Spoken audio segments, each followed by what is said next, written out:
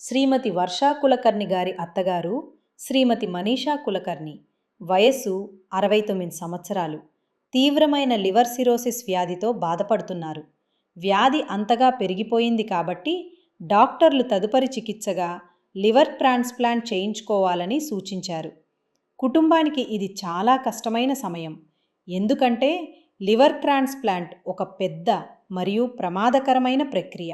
ఇలాంటి పరిస్థితిలో ఆమె కోడలు వర్షా కులకర్ణి చికిత్స కోసం మరో మార్గాన్ని వెతకటానికి ప్రయత్నించారు. నా పేరు వర్షా కులకర్ణి. నా అత్తగారి పేరు మనీషా కులకర్ణి. వయస్సు 69 సంవత్సరాలు. ఆమెకు లివర్ సిరోసిస్ ఉంది. ఆమెకు తినడం కష్టంగా ఉండేది. ఆమెకు యూరిన్ మరియు షుగర్ సమస్యలు కూడా ఉన్నాయి. ఎప్పుడూ ఒకే చోట ఉండేవారు. అంటే ఆమెకు అసలు శక్తి మిగలలేదు. అన్ని మందులు కొనసాగుతున్నప్పటికీ ఆమెకు పెద్దగా ఉపశమనం అనిపించలేదు. డాక్టర్లు ఇది చివరి మందును మాత్రా అని చెప్పారు. ఇది పనిచేసే వరకు మాత్రమే. ఆ తర్వాత లివర్ ట్రాన్స్ప్లాంట్ చేయాల్సిందే అని చెప్పారు. 15 ఆగస్టు 2025న చేసిన సిటీ అబ్డొమెన్ పెల్విస్ పరీక్షలో మనీషా కులకర్ణి గారి లివర్ పరిస్థితి అత్యంత తీవ్రముగా కనిపించింది. ఈ రిపోర్ట్ ప్రకారం లివర్ కణజాలంలో అసాధారణ వృద్ధి జరిగి అనేక చిన్న చిన్న గడ్డలు ఏర్పడ్డాయి మరియు లివర్ పరిమాణం కూడా తగ్గిపోయింది. పోర్టల్ వెయిన్ పరిమాణం 15 మిల్లీమీటర్ల వరకు పెరిగింది. ఇది లివర్పై ఎక్కువ ఒత్తిడి ఉందని సూచిస్తుంది.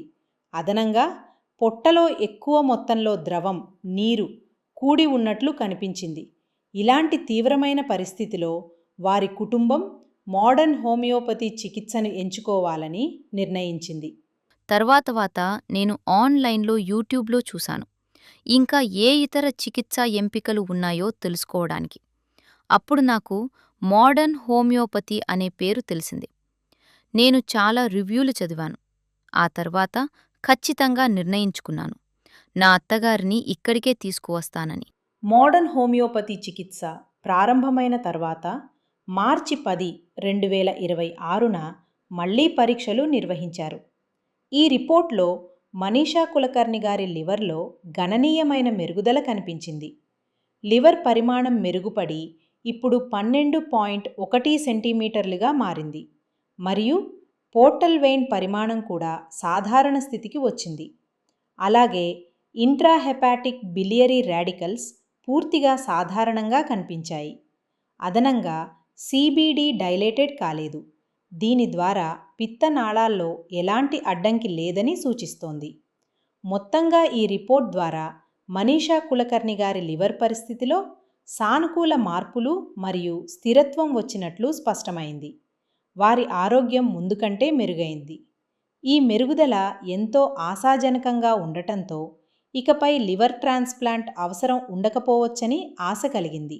తర్వాత సుమారు 1.5 నెలల తర్వాత ఆమెకు తినడం, తాగడం సరిగా ప్రారంభమైనప్పుడు ఆరోగ్యం మొత్తం మెరుగుపడింది. ఆమె ఆరోగ్యం పూర్తిగా సాధారణ స్థితికి వచ్చింది.